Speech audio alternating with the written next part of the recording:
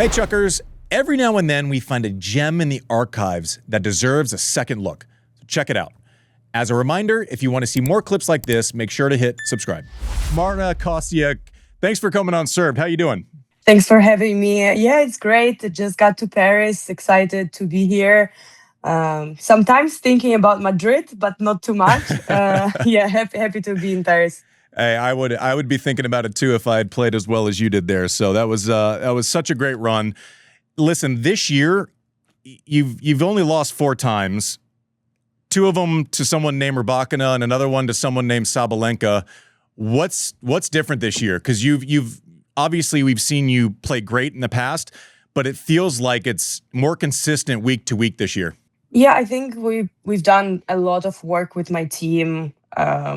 Good days, bad days, you know how it goes. I think it was just a matter of time.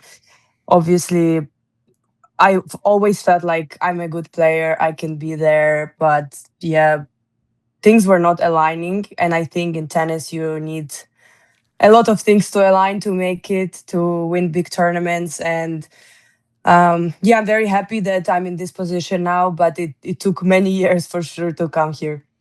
How are you feeling after Madrid? Obviously, pulling out of Rome, was that more just, hey, listen, I have the confidence. I know the game is there. I'm not worried about it. You know, all eyes on Roland Garros, or was it, you know, something nagging as far as like a health issue? Honestly, before Madrid started, my coach Sandra, she said, "Well, you're only pulling out from Madrid if you're only pulling out from Rome if you win Madrid." And I was like, "Haha, yeah, whatever."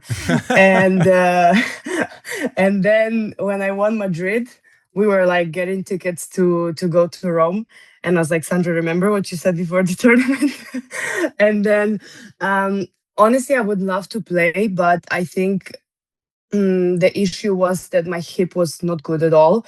It was not good for the last 3 matches. And after I woke up, um, yeah, after the finals, when I woke up, I couldn't walk. Like it wasn't good at all. And I was really scared that something happened. But obviously, I didn't have any pain during the match or after the match that was like something sharp or, that I got really scared. So nothing like that. And then I just woke up in the morning and I was like, wow, this is a problem.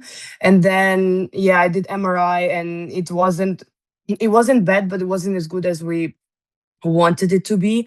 And then it just made no sense to push for Rome because I knew that maybe I'm going to be able to go on court, play 1 match, but then I don't know what would happen. And I'm happy I made that decision. It took me also a lot of years to come to peace with this kind of decisions because I was always the type of player who would always push and play when not feeling good and stuff like this. So I'm very proud of myself with the decision. Wasn't easy, obviously, but I had to be ready for Paris. And I'm assuming there's no issue heading into Roland Garros. You're fit and healthy? Yes, all is good. All is good. Good. Talk about the sense of arrival to Paris this year and how kind of does the momentum that you've created make a happier arrival when you get to Paris? Well, my record in Paris is really not one to be proud of for sure, and especially last year was not great. But this year when I came, we got the court on Philippe Chatrier right away, and when I hit on this court, I was like, "Wow, I feel really good." I feel like on this big court, I felt like I'm back to Madrid because I played, this big stadium the past couple of matches, and I was like, "Wow, it's good to be back," and yeah, I mean, definitely different feeling, and I try to enjoy it no matter what's the outcome, no matter how I keep on playing this season, because the reason why I think I am playing like I'm playing right now and I'm being consistent is because I'm not trying to focus on the result, on winning. I really just try to enjoy the good days, the bad days, especially the challenges. I get them every day, and I'm just excited to go out on court, and I'm happy in Paris even if I lose first round. if your hip is a little sore, we loved it, but no backflips. Exactly. Not with a sore hip. I want to ask you a serious question. You referenced your coach, Sandra Zaniewska, and who, by the way, a great Substacker for tennis fans. But, yes. You read it, right? Of course, I read it. I read it before she publishes everything. I'm the first one to read. Yes. Oh, wow. Yes.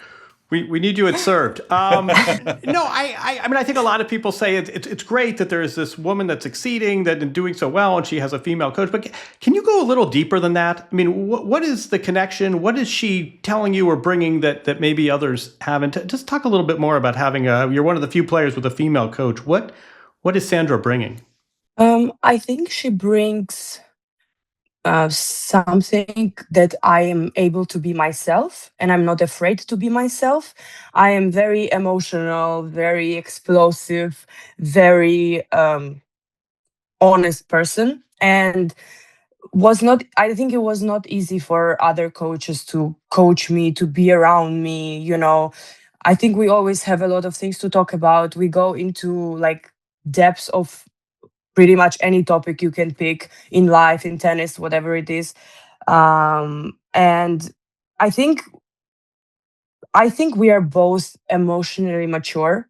So we are handling difficult situations very well. And we never cross certain lines, which we agreed on. And I think that respect and also this experience that we have going through difficult moments definitely helps us on a daily basis and understanding each other. And I don't know if I should connect it to her being a female or, I don't know if there is a connection like this, because I was coached by my mom my majority of my life. And then I had some male coaches, and it wasn't good in sense of this connection on emotional level.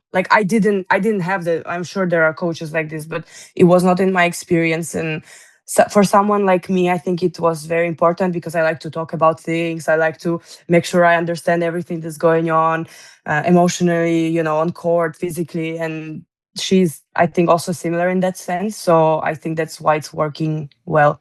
You mentioned your mom, Talina. She had a ranking. She was top 400 in the world. So was it something that you had a racket in your hand as soon as you remembered? Do you remember Earth without tennis? I don't. No? Because I think my mom was on court the day she gave birth. Is that real, or is that just a good story? No, it's true. It's true. It was for sure like this with my younger sister. I remember she dropped me off at my sister's place, and she went to a hospital to give birth the after practice. So it was the same. I think it was the same with me. And yeah, I was born on the court basically. And I don't remember the first moment I picked up a racket. I just have one memory that the earliest one when I played tennis, but maybe I picked up the racket before that. But for sure, I don't remember my life without tennis or tennis courts. So it's interesting to me because producer Mike and I were talking. We kind of write the shows before we go on, and I said, "How old is Marta now?" And we're typing away, and I'm trying to get my notes right. And I say, "She's 26, 23," and I go, "Oh, that's interesting because." You've been around as a prospect for so long, and I think people have realized what your upside looks like. And then you go through, I mean, you won a junior Grand Slam when you were 14 and played main draw in a Grand Slam when you were 15. So not all 23-year-olds are the same as far as tour experience. I mean, do you feel like you've been out on tour almost a decade now? Yeah, I feel old sometimes. I'm just saying I got it wrong because if maybe I'm not describing this question well. If someone would, let's say, come out of college and they're 22, we would call them young on tour, right? But you're winning Madrid and we're going, oh, here it is. She's figured it out. She's consistent. But is that unfair just because you started earlier than most people? Well, I think for sure it's more difficult in one way. But on the other hand, I think I'm very happy that I didn't have big success when I was really young. I wasn't handling well the success that I had back then. I think if I had more of it, I wouldn't be sitting here right now. I'm sure I would be in some psychiatric hospital, probably. I don't know. Like, it's true. And it's like, I just don't think people understand how much it takes to be on this level, to be consistent, to, for your body to be ready and for everything to align. So I'm happy that I matured enough to, to understand as much as I could, to understand how much is needed out of me and how much I can give and how much I can handle. And of course, I feel like I'm not here for the first year, even if it's like the best year of my career.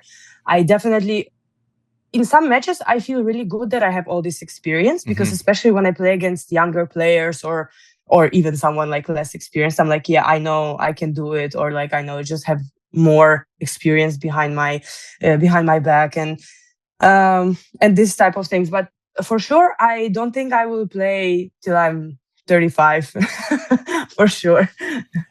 I would venture to say that every player who's 23, I've listened to many of them, and none of them think they're going to play till 35, and yet we have a lot of we got a lot of 35-year-olds on tour.